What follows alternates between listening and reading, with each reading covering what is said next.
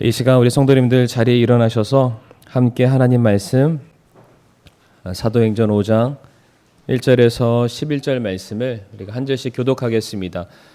성경책을 보시고 본문 말씀은 따로 화면에 나와 있지 않고요. 그 외에 나머지 말씀은 화면에 있습니다. 우리 한 절씩 교독을 하면서 오늘 본문 말씀 읽겠습니다. 그러나 아나니아라 하는 어떤 사람이 자기 아내 삽비라와 함께 소유 하나를 팔아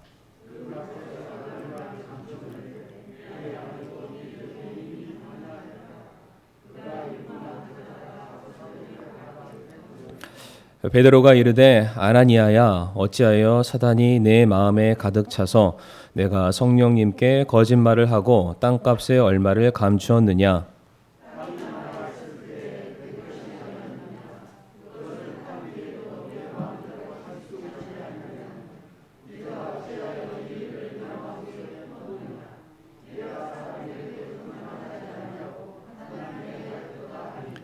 아나니아가 이 말을 듣고 쓰러져 숨을 거두매 이 일들을 들은 모든 사람들에게 큰 두려움이 임하더라. 3시간쯤 시간이 지난 뒤에 그의 아내가 이루어진 일을 알지 못하고 들어오매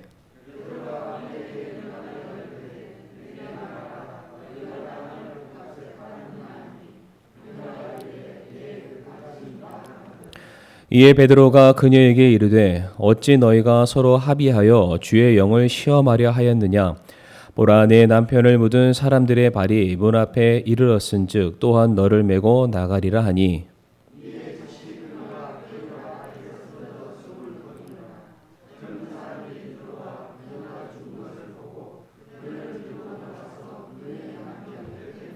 같이 읽겠습니다. 온 교회와 이 일들을 들은 모든 사람들에게 큰 두려움이 임하더라. 아멘. 말씀에서 함께 기도하겠습니다. 하나님 아버지 감사합니다. 2021년도 이 저무는 마지막 주일 변함없이 우리들을 주님의 교회에 불러주심을 인하여 감사를 드립니다. 참으로 이 시간 우리들의 마음을 정케하여 주옵시고 우리가 주님의 영광을 바라보는 시간 되게 하여 주시옵소서. 우리 입술을 또 하나님께서 열어주셔서 우리가 주님의 영광을 찬양하게 해주시고 또한 우리의 귀를 열어서 주님의 진리의 말씀을 듣는 복된 시간 될 수 있도록 도와주시옵소서.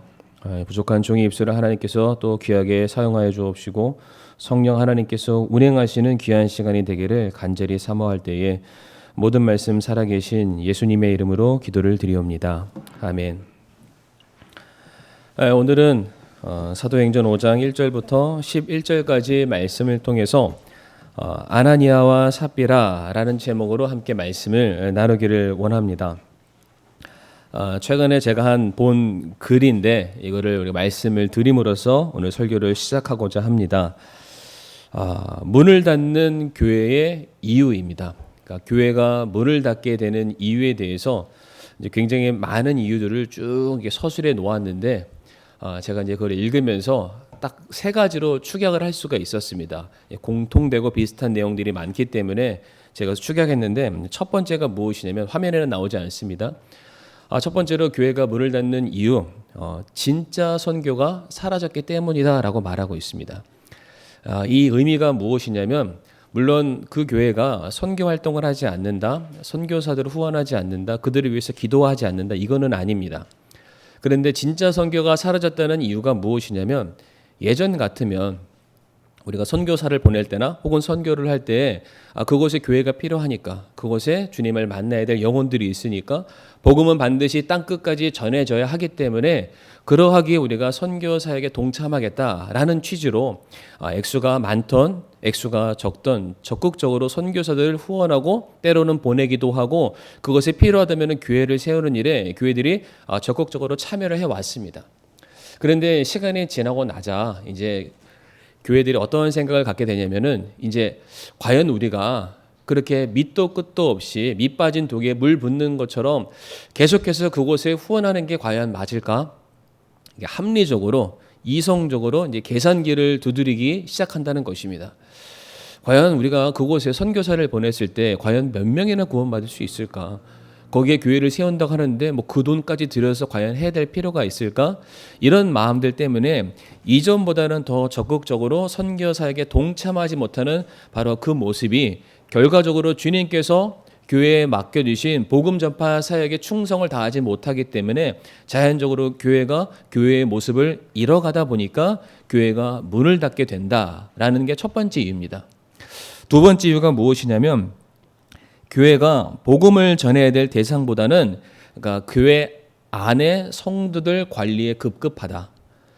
예수님께서는 한 마리의 잃은 양을 찾기 위해서 음침한 곳을 지나고 사마의 골짜기를 지나고 온갖 험한 곳을 다 지나쳐서 그 어린 양 한 마리를 어깨 위에 메고 오는 그런 예수님의 그림을 우리 성도님들 보신 적이 있는지 모르겠습니다. 주님께서는 말씀하시기를 한 명의 영혼이 천하보다 귀하다라고 말씀을 하셨습니다. 그런데 교회들이 어느덧 그렇게 복음을 전하고 전도에 열심히 하는 그런 열정들이 식어져 가기 시작합니다. 왜 그러냐면 아무리 전도지를 나눠줘도 사람들이 그것에 대해서 즐겁게 반응하지 않거든요. 오히려 전도지를 받으면은 뿌리치거나 나몰라라 하거나 오히려 전도지를 나눠주는 사람의 얼굴에 뭔가 좀 면박을 주는 그런 분들도 계십니다. 그리고 뭐 요즘은 예전처럼 뭐 부흥 집회를 하거나 교회에서 행사를 한다.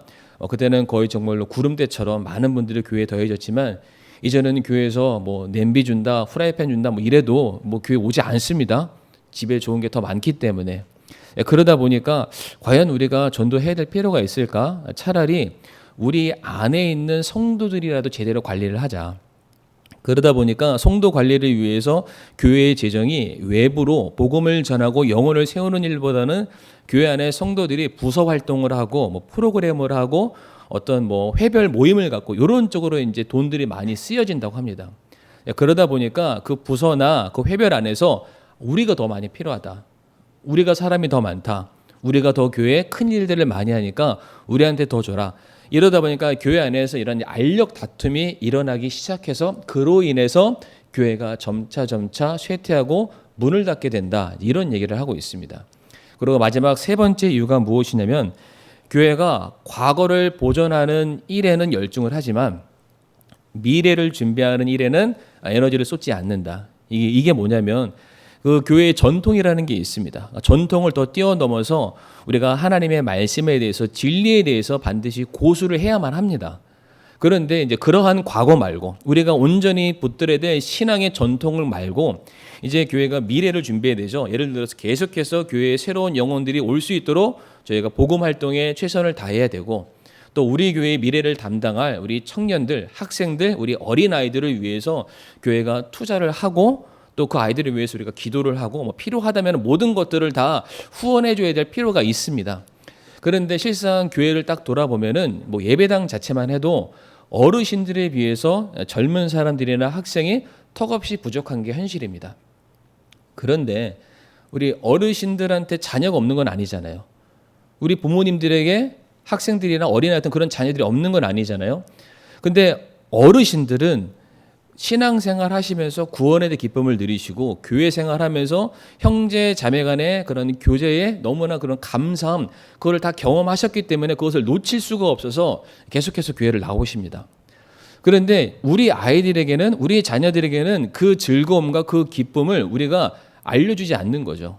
그리고 교회에서 너무나 이제 안쪽으로 하다 보니까 이제 그런 학생들을 위해서 다음 세대들을 위해서 준비하기는커녕 그냥 계속해서 말씀드렸죠. 그냥 우리 안에서 행사만 잘하고 현재 모습만 잘 유지하자. 이런 일들이 너무나도 교회 안에서 잦아지다 보니까 교회에 새로운 사람이 더해지지 않고 젊은 사람들이 양성되지 않다 보니까 또한 자연적으로 교회가 노쇠화가 된다. 그래서 결론적으로 교회가 문을 닫을 수밖에 없는 현실이 되었다라고 말하고 있습니다. 제가 일부 예배 때는 뭐 사진도 하나 보여드리긴 했는데 2020년부터 2021년도까지 저희가 코로나 시대를 맞이해서 현재 문을 닫거나 아니면은 교회 운영을 중단할 수밖에 없는 비대면 예배여서 성도님들을 오지 않게 하고 영상으로만 설교를 보내는 이런 차원이 아니라 아예 운영을 중단한 그런 교회 문을 닫은 교회가 2020년도에서 21년도까지 아직 21년도가 끝나지도 않았지만은 약 9천여 개의 교회가 문을 닫았다고 합니다. 대한민국에 약 5만여 개, 거의 6만 개에 가까운 교회들이 있는데 9천 개면은 몇 퍼센트인가요? 엄청 많죠. 16%에서 거의 20%에 가깝습니다. 뭐 5교회, 6교회 중에 하나는 문을 닫는 그런 상황이 됐다고 합니다. 그런 측면에서 하나님께서는 우리 교회를 계속 축복해 주시고 뭐 재정적으로나 여러 가지로 하나님께서 은혜 가운데 보살펴 주신 것을 너무나도 감사를 드립니다. 그리고 우리 성도님들께서 어디 다른 데 가지 아니하시고 신앙에서 타협하거나 멀리 떠나지 아니하시고 이 자리를 지켜주신 것 너무나도 감사를 드리고 정말 하나님께 또 영광을 돌려드립니다. 자, 그런데 앞에서 말씀드렸던 그러한 현실들에 대해서는 우리가 절대로 간과할 수 없다는 사실입니다. 근데 그 말씀드렸던 그 세 가지의 공통적인 키워드를 좀 살펴보니까 뭘로 한마디로 축약할 수 있냐면은 돈입니다. 돈. 결국 모든 것들이 돈과 관련되어 있습니다. 제가 지난 시간에 설교 제목이 사도들의 발 앞에 돈을 내려놓았다라는 그 설교를 들었던 것을 우리 성도님들 기억하실 겁니다. 우리 머리 위에는 누가 계셔야 되나요? 우리 머리 위에는 하나님이 계셔야 됩니다. 그리고 우리 앞에는 누가 있어야 됩니까? 사람이 있어야 되고요. 우리 발 밑에는 도구로 사용돼야 될 돈이 있어야 됩니다.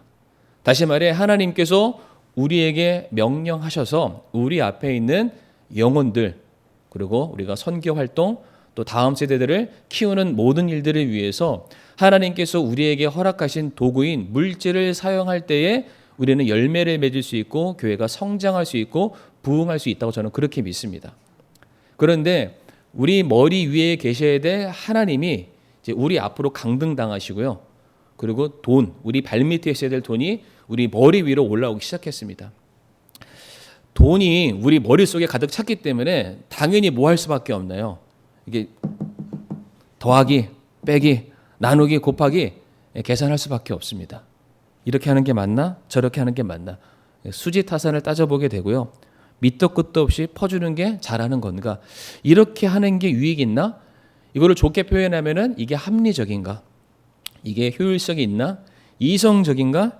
이러한 말들로 우리 머릿속에 가득 차다 보니까 하나님께서 우리에게 명령하셔야 될 하나님이 우리 앞에 서 계시다 보니까 이제 하나님과 대등하게 우리가 이제 따지는 거죠. 하나님, 말씀은 맞지만 그렇게 하기에는 아직 뭔가 좀 문제가 있습니다. 무조건 다 내어드리기에는 하나님 좀 어려움이 있어요.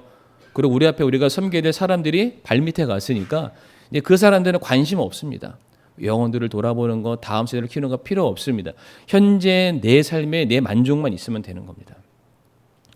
분명한 거는 우리가 구원받음으로 말미암아 은혜 가운데 하루하루의 삶을 살아가고 있고 그 은혜를 또한 계속해서 누리고자 우리가 교회에 오고 말씀을 듣고 헌신을 하는 겁니다. 그런데 이런 것들이 시간이 지나다 보니까 내가 받은 은혜라는 것을 잊어버리게 되고 특권 의식이라는 걸 갖기 시작합니다. 내가 받으면 되고 내가 누리면 되고 이러한 모습들이 가득 차다 보니까 앞에서 말씀드렸던 그런 현상들처럼 교회가 점차 쇠퇴하고 결국에는 문을 닫는 지경에 이르는 것은 아닌가. 제가 왜 이런 부분들 설교 서두부터 이렇게 좀 침울한 말씀을 드리냐면 바로 오늘 본문에 나와 있는 이 주인공이죠. 아나니아와 삽비라가 이와 같다는 것입니다. 물론 이들을 향해서 우리가 돈이라는 키워드로도 설명할 수 있지만 실상은 이들에게 무엇이 문제였냐면은 이들이 영적인 이기주의자였습니다. 영적인 이기주의자. 돈도 그렇고 모든 것도 그렇고 그들의 마음속에 그들이 자기 자신을 너무나도 아끼고 사랑하는 영적인 이기주의가 그들 안에 있었기 때문에 그것이 결국에는 교회의 어려움을 야기시켰고 하나님의 영광을 가리우는 사건으로 이어질 수밖에 없었다라는 것을 이 시간 말씀을 드리고 싶습니다. 자, 그래서 이 시간 우리가 함께 살펴볼 게 그렇다면은 아나니아와 삽비라가 지은 죄는 대체 무엇인가?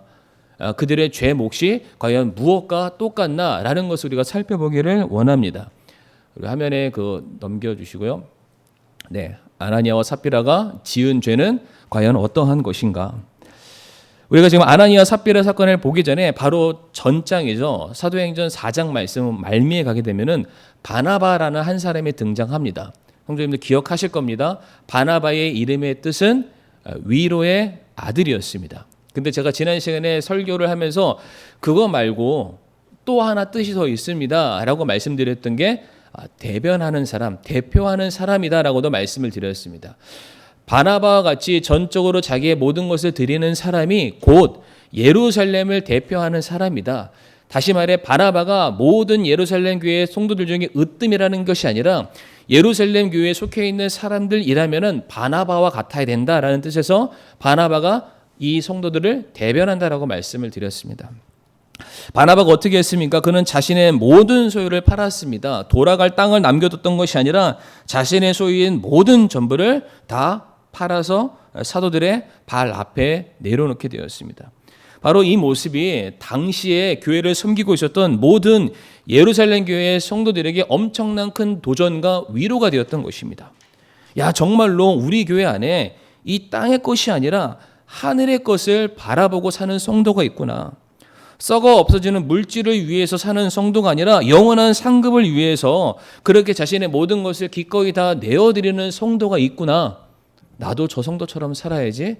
나도 저 믿음 본받아야지. 이렇게 살면은 주님께서 기뻐하실 거야. 도전을 받았기에 바나바를 위로의 아들이다. 원래 이름이 요새인데 그를 바나바로 사람들이 부르기 시작했다는 겁니다.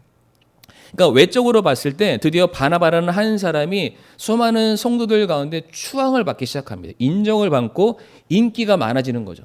근데 이 모습을 누가 봤냐면 바로 오늘 본문에 나와 있는 아나니아와 삽비라 부부가 그 모습을 보게 됩니다. 바나바가 어떠한 희생을 했고 어떠한 헌신을 했고 어떠한 마음의 중심을 가지고 섬겼는지 그들에게는 그게 중요하지 않았습니다. 그들에게는 바나바가 받는 인정, 인기, 사람들이 존귀 여겨주고 바나바 이게 받고 싶었습니다. 그래서 그때부터 이 두 부부가 어떻게 하냐면은 바나바가 한 것을 그대로 따라하게 됩니다. 화면에 넘겨주시면은 4장 37절과 5장 1절과 2절 말씀을 제가 비교해 놓았는데 4장 37절에는 바나바가 한 행동입니다. 그가 땅이 있었으므로 팔아 가져다가 발 앞에 두었다라고 되어 있죠. 그런데 5장 1절과 2절은 이제 아나니아와 삽비라 부부가 한 일입니다. 그런데 똑같습니다. 소유를 팔아서 가져다가 발 밑에 두었습니다. 똑같죠, 성도님들. 다른 게 있나요, 혹시? 똑같이 행동을 했습니다. 바나바가 했던 대로 아나니아와 삽비라 부부가 같이 합니다. 근데 물론 정확히 똑같지는 않습니다. 왜 그럴까요? 그들의 의도가 순전하지 않기 때문입니다. 다른 목적을 가지고 있었기 때문에 똑같이 하는 듯 했지만은 살짝 비틀어서 다른 모습으로 따라하게 됩니다. 그들은 전부를 다 드리지 아니하고 일부만을 드리게 됩니다. 드리는 척 하면서 바나바가 받았던 모든 영광만을 가져오기를 바랬던 마음이 이 두 부부에게 있었다는 사실입니다. 이것에 대해서 베드로가 알게 되죠. 그러고 나서는 3절에 그 부부를 향해서 무엇이라고 책망하냐면 3절 말씀 보게 되면은 사탄이 내 마음에 가득 차서 내가 성령님께 거짓말을 했다라고 말하고 있습니다. 성도 여러분들, 아나니아와 삽비라 부부가 헌금을 했습니까? 안 했습니까? 뭐 얼마가 됐든지 간에 헌금을 했습니다. 안 하지 않았습니다. 차라리 안 했으면 좀 문제가 더 클 텐데 헌금을 했죠. 성경 말씀 보게 되면 얼마를 감췄다, 얼마를 이렇게 조금 남겨놨다 모르겠습니다. 그게 예를 들어서 100만 원이면은 90만 원을 감췄는지 100만 원인데 10,000원을 감췄는지 1,000원을 감췄는지 알 수는 없습니다. 그런데 분명한 것은 자기의 소유를 팔았습니다. 더 이상 그 땅에 대해서만큼은 자기 거라고 주장할 수 없는 상태가 됐습니다. 그리고 얼마인지 모르지만 그거를 사도들의 발 앞에 내어놓았습니다. 사도들을 불러다가 내가 땅 팔았는데 돈 받아가세요 하면서 이렇게 해가지고 손으로 이렇게 줬던 게 아닙니다.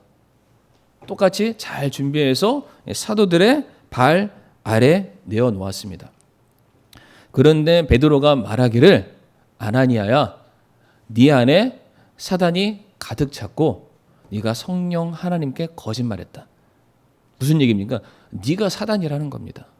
네가 사단의 수하가 되어서 하나님을 대적하는 자가 되었다. 굉장히 지금 극단적인 표현을 남기고 있는 겁니다. 분명히 헌신했잖아요. 분명히 드렸잖아요. 분명히 희생을 했잖아요. 그럼에도 불구하고 지금 아나니아와 삽비라 부부를 향해서 성경이 하는 말을 네가 사탄이다라고 말하고 있습니다. 자, 그러면은 이 아나니아 삽비라 부부가 대체 그들이 지은 죄가 무엇과 같길래 이토록 성경은 그들을 향해서 엄중하게 책망을 하는가? 이게 중요한데 오늘 본문 2절 말씀 성도님들 눈으로 보시고요. 2절 말씀에 본문 2절에 그 값에서 얼마를 뭐라고 되어 있나요? 감추었는데, 밑줄 한번 쫙 치시길 바랍니다. 감추었다는 단어를 우리가 주목해 보기를 원하는데, 이 감추었다는 이 단어와 똑같은 단어가 성경 여러 곳에 쓰였겠죠. 성도님들 혹시 기억나시나요? 무엇인가를 감춤으로 말미암아 하나님께 심판받은 사건, 아간의 사건이 있습니다. 아간의 사건. 아간의 사건에서 거기서 무엇인가를 숨기고 감추는데, 거기서 숨겼다 감췄다라는 이 단어와 여기서 나와 있는 아나니아 삽비라가 감췄다는 단어와 똑같은 단어입니다. 성도님들 아시지만 아간이 어떠한 죄를 지었습니까? 여리고성 함락과 관련해서 하나님께서 반드시 그 안에 있는 모든 것들, 전리품들이죠. 이긴 자가 다 가져가는 것이 맞지만 너희가 그 모든 것들로부터 너희 자신을 멀리해라. 절대로 취해서는 안 된다. 그것을 다 파괴해라, 없애라라고 명령을 하셨습니다. 그런 하나님의 명령이 있었음에도 불구하고 아간은 하나님이 저주받은 물건이라고 말씀하신 그것을 전쟁을 승리하고 난 그 이후 자기가 노력한 승리의 대가로 착각을 하고 전리품들, 옷과 금 50세겔과 은 200세겔을 그가 숨기게 됩니다. 여호수아 7장 22절 말씀 보면은 이렇게 되어 있습니다. 이에 여호수아가 사자들을 보내매 그들이 그 장막에 달려가 보니 보라, 그것이 그의 장막 안에 뭐라고 되어 있죠? 숨겨져 있고가 감추었다라는 단어와 똑같은 단어입니다. 또한 그 은을 밑에 숨겼다라고 말하고 있습니다. 성도님들, 이 아간이 범죄한 이 사건으로 말미암아 이스라엘에는 어떠한 사건들, 어떠한 역사가 일어나게 됩니까? 이것 때문에 방금 전만 해도 여리고성이라는 엄청난 대승리를 거두었던 이스라엘이 아무것도 아닌 아이성의 전투에서 1차 전투에서 패배를 하게 됩니다. 그런데 그 아이성 전투에서 패배한 것으로 끝이냐? 그래서 다음 전투 때 정신을 차리고 나가서 싸워서 이겼다. 이게 성경의 메시지가 아닙니다. 1차 전투에서 패배하고 나자 성경에 뭐라고 되어 있냐면은 이스라엘 백성들의 마음이 녹았다라고 되어 있습니다. 사기가 꺾인 겁니다. 하나님께서 내가 너희들에게 약속한 가나안 땅을 들어가 점령해라. 그래서 여리고성을 점령했잖아요. 함락시켰잖아요. 그래서 마음이 이만큼 풍성해졌습니다. 그런데 그들이 아이성의 전투에서 패배하고 난 이후 뭐라고 말하냐면 사기가 꺾여서 차라리 우리가 이 강 건너편으로 넘어오지 않는 게 나았다. 이스라엘 백성들이 요단을 건너서 가나안 땅에 들어왔잖아요. 그러니 그들이 하는 말이 차라리 우리가 강 건너편으로 가는 게 낫습니다 라고 말합니다. 그러니까 원래 그들이 살았던 곳으로 돌아가겠다는 말입니다. 우리가 죽을 것이 없어서 전쟁에서 패해서 이렇게 망할 모습을 우리가 얻기 위해서 이곳에 온 게 아닙니다. 차라리 우리가 강 건너편 원래 우리가 살았던 그곳으로 돌아가길 원하고, 심지어 그들이 무엇이라고 말하냐면은 우리가 살았던 이집트로 돌아가는 게 낫겠습니다라고 말합니다. 이게 뭘 얘기해 주냐면 이스라엘 백성들이 이곳까지 아이성까지 오기 위해서 그들이 겪어야 된 시간적인 그래프가 어떻게 되냐면 이스라엘 백성들이 400년간 포로 생활을 했습니다. 그 포로 생활하는 가운데 하나님 우리를 제발 구원해 주세요. 하나님의 백성을 돌아봐 주세요. 우리를 건져 주세요. 우리를 위한 하나님의 약속의 땅을 허락해 주세요. 간절히 외쳤을 때 하나님께서 모세를 보내서 그들을 건져 주셨죠. 그리고 40년이라는 광야를 통과하면서 그들이 완전히 새롭게 다 정화가 됐습니다.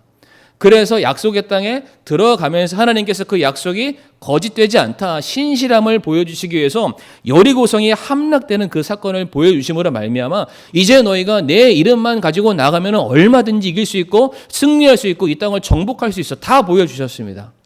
그런데 이게 갑자기 스탑되죠. 하나님의 놀라운 부흥의 역사에 찬불을 끼얹는 사건이 무엇이었습니까? 바로 아간의 사건이었습니다. 성도님들, 아간이 이때 승리에 너무나도 도취가 되어서 여호수아를 제쳐놓고 내가 대장이다 이렇게 하지 않았습니다. 이 아간이라는 사람이 하늘을 향해서 나는 하나님도 없고 아무것도 없어, 내가 짱이야, 내가 인생의 주인이야 이렇게 말하지 않았습니다. 그런 식으로 하나님을 향해서 영적으로 대적한 것이 아니라 하나님도 모르시겠지, 옆에 사람도 모르겠지 하면서 뭘 했다고요? 그냥 옷 몇 벌, 금 조금, 은 조금 그냥 숨겨놨던 것입니다. 그런데 이 행위로 말미암아 이스라엘 백성들의 영적인 상태가 어떻게 되냐면은 다시 거꾸로 돌아가게 됩니다. 40년 고생했던 광야 생활 괜찮다는 겁니다. 아니 그보다 더 400년간 노예 생활했던 건 괜찮다는 겁니다. 차라리 그냥 그때로 돌아가서 남이 주는 거 얻어먹고 사는 내가 노예요 종의 삶으로 차라리 돌아갔으면 좋겠습니다 라고 말했던 원인이 어디서 시작되냐면은 아간의 사건으로부터 시작이 된다는 사실입니다. 굉장히 중요한 부분입니다. 얼마 아닌 것 같지만 그것으로 말미암아 이스라엘 백성들의 사기가 확 꺾어지게 된다. 성도님들, 왜 이거를 제가 이 아간의 사건을 아나니아 삽비라 부부 사건과 연이어서 설명을 드리냐면은 잘 한번 따라오시기 바랍니다. 구약이 있고 신약이 있습니다. 그렇죠? 근데 구약과 신약이 딱 붙어 있나요? 아니면은 약간 간격이 있나요? 간격이 좀 있습니다. 성경을 좀 공부하시거나 말씀을 들으시면 아실 텐데 이 신구약 사이를 신약적으로 표현하면은 영적 흑암 시대, 중간기라고 말합니다. 근데 이 가운데 기간이 몇 년인지 혹시 아시나요, 성도님들? 네, 400년입니다. 400년간 이스라엘 백성들에게는 하나님의 통치가 없었습니다. 버려짐을 당했습니다. 그저 그들이 영적인 노예와 포로의 생활을 계속해서 반복했던 시간이 그들에게 400년의 시간. 마치 이스라엘 백성들이 이집트의 포로가 돼서 400년 동안 그들 밑에서 몸종살이를 해야 됐던 것처럼 신약을 시작하기 전 이스라엘 백성들의 영적인 상태가 흑암의 노예가 돼서 종이 된 삶을 그들이 살아올 수밖에 없었습니다. 그런데 그들이 하늘 향해서 부르짖기 시작하죠. 우리에게 메시아가 필요합니다. 우리에게 구원자가 필요합니다. 우리를 건져주실 그리스도가 필요합니다. 그래서 예수님이 이 땅에 인간의 몸을 입고 내려오시게 됩니다. 마치 이스라엘 백성들을 건지기 위해서 모세가 보내진 것처럼 성경 말씀 보게 되면은 예수님께서 뭐라고 말씀하시냐면 모세를 향해서 그가 나와 같은 대언자다라고 말씀하십니다. 동일하게 예수님이 나타나셔서 천국 복음을 전파하시고 내가 하나님의 아들이고 메시아라는 것을 말씀하심으로 모든 이스라엘 백성들, 하나님의 백성들을 건지시는 구원자로서 우뚝 서시게 되고 십자가의 사건으로 말미암아 구속의 사건을 완성하시게 됩니다. 그리고 죽으시고 부활하신 후 40일이 지난 다음에 이제 수많은 제자들을 불러 모으시고 성령으로 충만케 하심으로 그들에게 주셨던 명령이 무엇이었냐면 마치 이스라엘 백성들에게 너희가 이제 내가 약속한 가나안 땅을 정복해라 라고 말씀하신 것처럼 예루살렘과 온 유대와 사마리아와 땅끝까지 이르러 내 증인이 되라. 실제 토지와 땅을 정복하라는 것이 아니라 이 땅에 살고 있는 모든 사람들이 그들의 중심에 들어가서 그들의 주인의 자리를 바꿔라. 그 자리에 주님이 왕으로 서게 하라라는 명령을 주시게 됩니다. 그래서 성령으로 충만했던 제자들이 밖에 나가서 말씀을 선포하기 시작했을 때에 수많은 영혼들이 교회에 더해지기 시작했습니다. 그들이 살고 있는 그 자리에 주인이 바뀌게 된 것이죠. 영토가 하나님의 영적인 영토가 계속해서 커지기 시작했습니다. 그런데 제자들의 사역에 딱 제동을 거는 한 사건이 있었죠. 우리가 사도행전 3장과 4장 말씀 보게 되면은 종교 재판이라는 게 딱 섰습니다. 모든 전권을 가지고 있는 종교 지도자들, 모든 대표하는 사람들이 다 나타나서 베드로와 요한이 하는 그 사역을 막아섰습니다. 더 이상 예수의 이름으로 너희가 그 어떠한 것도 해서는 안 된다. 그때 베드로가 뭐라고 했습니까? 내가 사람의 말을 듣는 게 맞냐? 아니면은 하나님의 말씀을 듣는 게 맞냐? 잘 생각해봐라. 나는 끝까지 오직 하나님의 이름으로, 주님의 이름으로 사역을 하게 될 것이다. 그들이 말했을 때 종교 지도자들이 그들에게 아무 짓도 못했다라고 성경은 말하고 있습니다. 다시 말해 세상의 권력이 주님의 이름 들고 나아가는 주님의 거룩한 백성들 앞에 그 권력들이 무너지는 사건이 일어나게 된 겁니다. 마치 여리고성이 함락이 된 것처럼. 그래서 계속해서 복음을 전할 때마다 수많은 사람들이 교회에 막 더해지고 있는 상황이죠. 바로 이와 같이 부흥하고 성장하고 있는 이 동일한 상황 속에서 지금 누가 나타났냐면 마치 아간이 등장하는 것처럼 아나니아와 삽비라가 등장한 겁니다. 그림이 거의 똑같이 가죠. 그런데 그들이 뭘 했습니까? 아간이 숨겼던 것처럼 이들도 감췄습니다. 얼마간의 돈을 감췄던 거죠. 그런데 성도님들, 아간의 범죄가 무엇을 야기시켰다고 말씀드렸습니까? 단순히 돈 얼마 가져으로 끝났습니까? 그렇지 않습니다. 그 사건으로 말미암아 부흥의 역사가 단절되었고 오히려 역행하여서 수많은 사람들이 과거의 모습으로, 노예의 모습으로, 종의 모습으로 돌아가기를 바랬다는 그런 사건들이 있었다고 말씀드렸습니다. 마찬가지로 동일하게 지금 교회가 주님의 명령에 순종해서 성장하고 부흥하고 있는 바로 그와 같은 상황 속에서 아나니아와 삽비라 같은 이 사람들로 말미암아 사단의 괴계가 교회 안에 들어옴으로 말미암아 교회의 부흥이 단절되고 교회가 더욱더 든든히 세워지는 그 역사를 막아서는 그 일들에 대해서 하나님께서 기뻐하지 않으셨던 겁니다. 그래서 하나님이 막으신 겁니다. 마치 아간을 향해서 돌을 던지는 것처럼 아나니아와 삽비라, 내가 이런 것들은 내가 결단코 내가 허락할 수 없다. 성도 여러분들, 이스라엘 백성들이 가나안 땅에 들어갔을 때는 그게 왜 축복의 땅이고 왜 약속의 땅이냐면 그 땅에 들어가면 젖과 꿀이 있으니까. 그런데 성도 여러분들, 그곳이 젖과 꿀이 있기 때문에 약속의 땅이 아닙니다. 왜 그곳이 약속의 땅이고 왜 그곳이 축복의 땅이냐면은 하나님이 그들에게 주신 땅이기 때문입니다. 그리고 하나님이 그들과 함께 하시는 땅이기 때문에, 그리고 하나님께서 그들에게 명령하시는 모든 것대로 너희들이 준행하기만 하면은 내가 모든 것을 허락해 주시겠다고 약속하신 곳이기 때문에 가나안은 축복의 땅이 될 수 있는 겁니다. 마찬가지로 교회가 세워졌을 때에는 사람의 생각과 이 세상의 방식과 기업의 논리로 교회가 세워지는 것이 아니라 하나님의 말씀, 하나님이 주인 되시고 사람들이 그 명령에 순종해서 무엇인가 사역을 감당했을 때 교회가 계속해서 자라갈 수가 있습니다.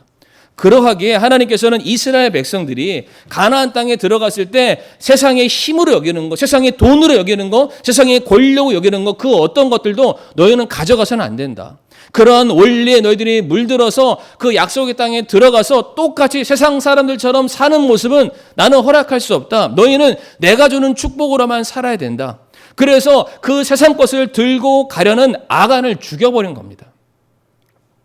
마찬가지로 지금 교회가 부흥하고 성장하려고 하는데 수많은 사람들이 이제 주님 앞에 자신의 모든 것을 다 내어놓고 오직 주님만이 나의 왕이십니다. 내가 주님의 말씀대로 살기를 원합니다. 수많은 사람들이 계속해서 몰려들고 있는데 아나니아와 삽비라처럼 모든 것을 다 드리지 않음에도 불구하고 그저 사람들에게 인정받으려고, 사람들에게 인기 있는 사람들이고 마치 믿음 있는 사람인 척 보이기 위해서 나 자신 하나님께 돌아가야 될 모든 영광을 다 가로채고 내가 인기 있는 사람, 내가 영광 있는 사람, 내가 믿음 좋은 사람, 이러한 모습으로 세상적인 논리를 가져가는 그 사람이 결단코 교회에 세워져서는 안 되니까 그 사람을, 그 부부를 그 자리에서 단칼에 죽이시게 되었다는 사실입니다. 성도님들, 중요한 건 하나님께서는 결단코 자신의 자리를 빼앗기는 것을 원치 않으신다는 사실입니다. 우리 머리 위에 돈이라는 것이 올라가는 순간, 그래서 내 앞에 계신 하나님을 바라보면서 갈등하는 순간 하나님께서는 자신의 영광을 지키실 수밖에 없다. 그 영광을 지키시기 위해서 무엇이든지 다 하실 수 있다. 잊지 마시길 바랍니다. 그래서 두 번째로 말씀드렸을 때에 왜 하나님께서는 아나니아와 삽비라를 심판하셨을까? 우리가 그 이유를 조금 더 깊이 있게 살펴보기를 원합니다. 결론부터 말씀드리게 되면 이스라엘 공동체를 흩어지고 무너뜨리게 하려고 했었던 아간의 범죄를 하나님께서는 참으실 수 없었기 때문에 그들을 죽이셨습니다. 마찬가지로 성장하고 부흥하는 예루살렘 교회를 허무는 사탄의 간계와 같은 아나니아와 삽비라 죄를 하나님은 그냥 지나치지 아니하시고 그들을 죽임으로 다스리셨습니다. 다시 말씀드리지만 하나님께서는 자신의 영광이 도둑질 당하는 것을 하나님은 절대로 참지 못하십니다. 하나님께서는 자신을 경외하지 아니하는 이 땅의 모든 죄인들의 악한 행위에 대해서 반드시 심판하시는 분이십니다. 더 중요한 건 하나님께서는 자기의 몸과 같은 이 교회가 반드시 이 죄악 많은 세상 가운데 구별되기를 원하시는 분이 우리의 하나님이십니다. 마가복음 3장 28절과 29절 말씀 보게 되면 진실로 내가 너희에게 이르노니 모든 죄는 사람들의 아들들이 용서받고 또 그들이 신성 모독할 때 쓰는 신성 모독도 다 용서받되 성령님을 대적하여 신성 모독하는 자는 결코 용서받지 못하고 영원한 정죄의 위험에 처해 있느니라 하시니라 라고 되어 있습니다. 간단하게 설명드리면 하나님이 모르고 하나님도 모르고 말씀도 모르고 이 세상 사람들 그냥 죄인의 신분으로 살아가는 그 사람들은 죄인이었으니까 그들이 하는 모든 행동들에 대해서 하나님께서 말씀하시기를 설령 그가 신성 모독하는 그런 말을 했다 할지라도 그가 회개하기만 한다면 내가 용서해 주겠다. 모르니까 무지하니까 멍청하니까. 그런데 성령님을 대적한다는 것은 성도님들 성령님은 요한복음 14장과 16장 말씀 보게 되면 예수님께서 우리에게 가르쳐주신 모든 말씀을 생각나게 하고 기억나게 하고 그것을 적용시키는 그런 능력을 허락하시는 분이 성령님이라고 말씀하십니다. 그 성령님을 대적한다는 말은 내가 하나님의 말씀을 대적한다는 뜻입니다. 하나님의 말씀에 내가 순종하기를 거부한다는 뜻이고 나는 내 뜻대로 내 마음대로 내가 원하는 대로의 삶을 살겠다. 내 인생의 주인은 하나님이 아니고 바로 나 자신이다. 이렇게 주장하는 사람, 하나님이 계심을 알매도 불구하고 하나님의 심판이 있는 것을 알매도 불구하고 그렇게 하는 사람들에게는 내가 반드시 정죄하겠다. 심판하시겠다라고 말씀하십니다. 하나님의 영광을 알매도 불구하고 그것을 경멸하는 사람, 능멸하는 사람. 그래서 갈라디아서 6장 7절부터 8절까지 말씀에 속지 말라. 하나님은 조롱당하지 아니하시나니 사람이 무엇을 심든지 또한 그것을 거두리라. 자기 육신에게 심는 자는 육신으로부터 썩는 것을 거두되 성령에게 심는 자는 성령으로부터 영존하는 생명을 거두리라. 아멘. 사랑하는 성도님들, 하나님은 결코 조롱을 당하거나 만울의 여김을 당하실 그러한 분이 아니십니다. 우리가 행한 모든 것들은 반드시 심은 그대로 우리가 거두게 될 텐데 우리가 육신으로부터 썩을 것을 심게 된다면 내 머리에 돈의 명령에 의해서 우리가 무엇인가 행하게 된다면 그냥 썩을 것을 우리가 거두게 될 것이고요. 우리 머리 위의 주인이 하나님이시라면 우리는 생명의 것을 썩지 않는 것, 영원한 것을 거두게 될 줄을 믿으시기를 바랍니다. 그래서 여기서 우리가 한 가지 마지막으로 생각할 게 무엇이냐면 분명히 하나님께서는 아나니아와 삽비라 부부가 작당 모의하는 걸 알고 계셨습니다. 이미 두 사람이 이미 합의하에서 은밀한 가운데 그 일을 정했다라고 이미 성경이 말하고 있습니다. 하나님이 아시잖아요. 그럼 왜 그 자리에서 그 마음을 품고 돌이키지 않고 사도들에게 돈을 갖다 드릴 이미 그 마음의 계획이 섰으니까 왜 그때 심판하지 아니시고 왜 교회까지 왔는데 사도들의 발 앞에 돈을 내어 놓았는데 그제서야 그들에게 한번 물어보시고 그들의 말이 틀리지 않음을 확인했을 때 왜 그 자리에서 두 부부의 장례식을 교회에 허락하셨을까? 이걸 우리가 한번 생각해 보길 원하는데 이거는 다른 말로 하나님께서 이 부부를 통해서 교회를 향해서 메시지를 전달하시기를 원한다는 뜻입니다. 이 두 부부의 모습을 보고 너희들이 깨어 각성해야 된다. 세 가지를 말씀드릴 텐데 첫 번째, 왜 이와 같은 심판을 교회에 허락하셨냐면은 죄의 결과가 무엇인지를 보여주심으로 말미암아 이제 성도들로 하여금 우리가 죄에서 구별되어야 되겠다. 죄의 심판 가운데 우리가 머물러서는 안 되겠다. 이것을 알게 하시기 위해서라는 사실입니다. 우리가 다 같이 화면에 보이는 고린도전서 11장 32절 말씀 같이 읽겠습니다. 시작.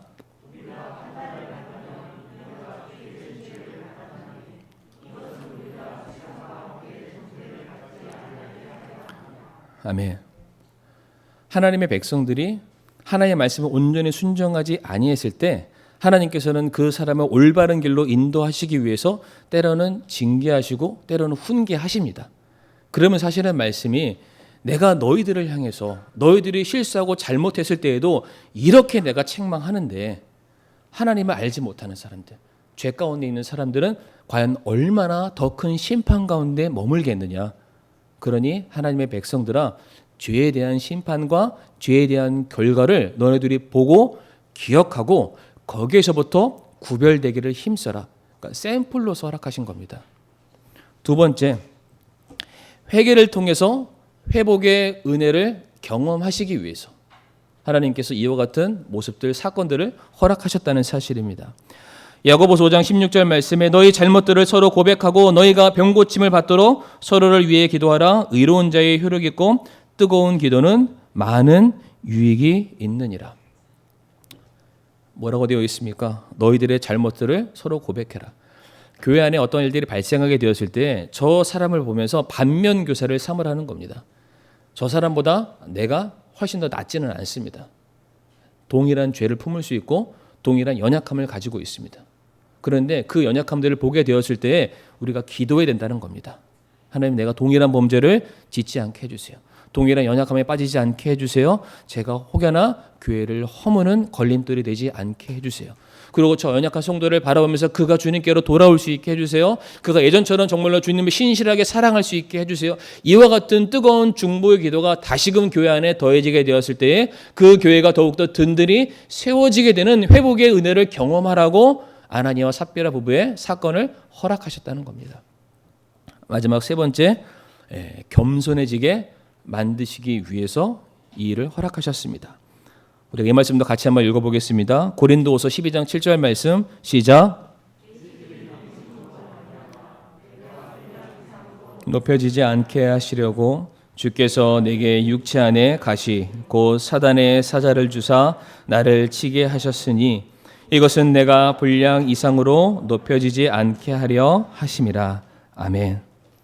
누군가의 교만함, 그 교만함으로 말미암아 받게 되는 징계, 그것을 바라보면서 저의 모습이 곧 나의 모습이 될 수 있다. 내가 더욱더 깨어 있어야 되겠다. 내가 더욱더 죄에서 구별되어야 되겠다. 하나님 보시기에 내가 합당한 자로 서기 위해서 더 많이 기도해야 되겠다. 바로 그것에 대한 하나의 기준이죠. 샘플링으로 하나님께서 아나니아와 삽비라 부부의 모습을 허락하시게 되었다는 사실입니다. 제가 지난주에 바나바 얘기를 말씀을 드리면서 바나바만 교회에 헌금을 하지 않았을 것이다. 모든 사람들이 다 헌금했지만 바나바의 이름을 들어서 대표시켰던 것은 이와 같은 모습으로 우리가 살아갈 필요가 있으니까 그의 이름을 두각시켰다. 근데 마찬가지입니다, 성도님들. 오늘 본문에 아나니아와 삽비라만 돈을 감췄을까요? 그랬을 것 같습니까? 여기에는 이름이 기록되어 있지 않지만 차상욱이라는 이름도 들어가 있습니다. 우리 성도님들도 이름들도 아마 들어가 있을지 모릅니다. 누구도 아나니아와 삽비라 부부의 모습에서 자유할 수는 없습니다. 오늘 제가 말씀드리는 것을 돈에 대해서 얘기한다 이렇게 생각하지 마시기 바랍니다. 돈뿐만이 아닙니다. 우리의 삶, 시간, 헌신하는 것들, 우리의 가정 모든 부분들 우리는 다 주님께 반드시 다 내어드려야 될 그런 책임과 의무가 있습니다. 그런데 어느 순간인가부터 그것에 대한 주인이 계속 바뀌기 시작하면서 내 머릿속으로 판단하고 생각하고 갈등하는 그 순간으로부터 우리는 얼마든지 아나니아와 삽비라 부부처럼 될 수 있고 감추고 숨기고 한 발짝 뒤로 물러설 수 있는 신앙의 모습이 될 수 있다는 사실입니다. 성도님들 기억하시길 바랍니다. 아나니아와 삽비라 부부의 모습이 어떤 사건과 똑같았다고요? 아간의 사건과 똑같았습니다. 아간의 사건은 이스라엘 백성들 지금까지 걸었던 모든 것들을 다 물거품으로 만드는 사건.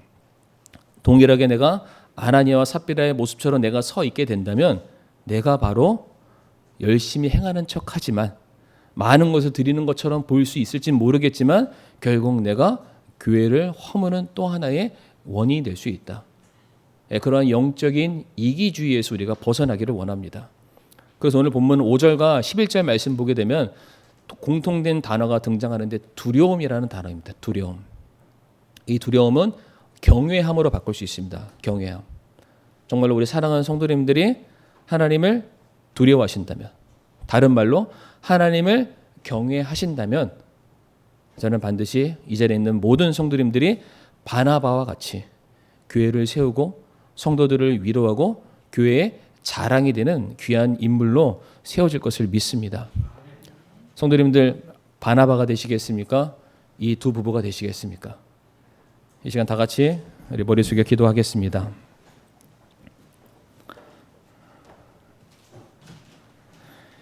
이 시간 우리 기도할 때에 하나님 내 안에 영적인 이기주의에서 내가 벗어날 수 있게 해주세요.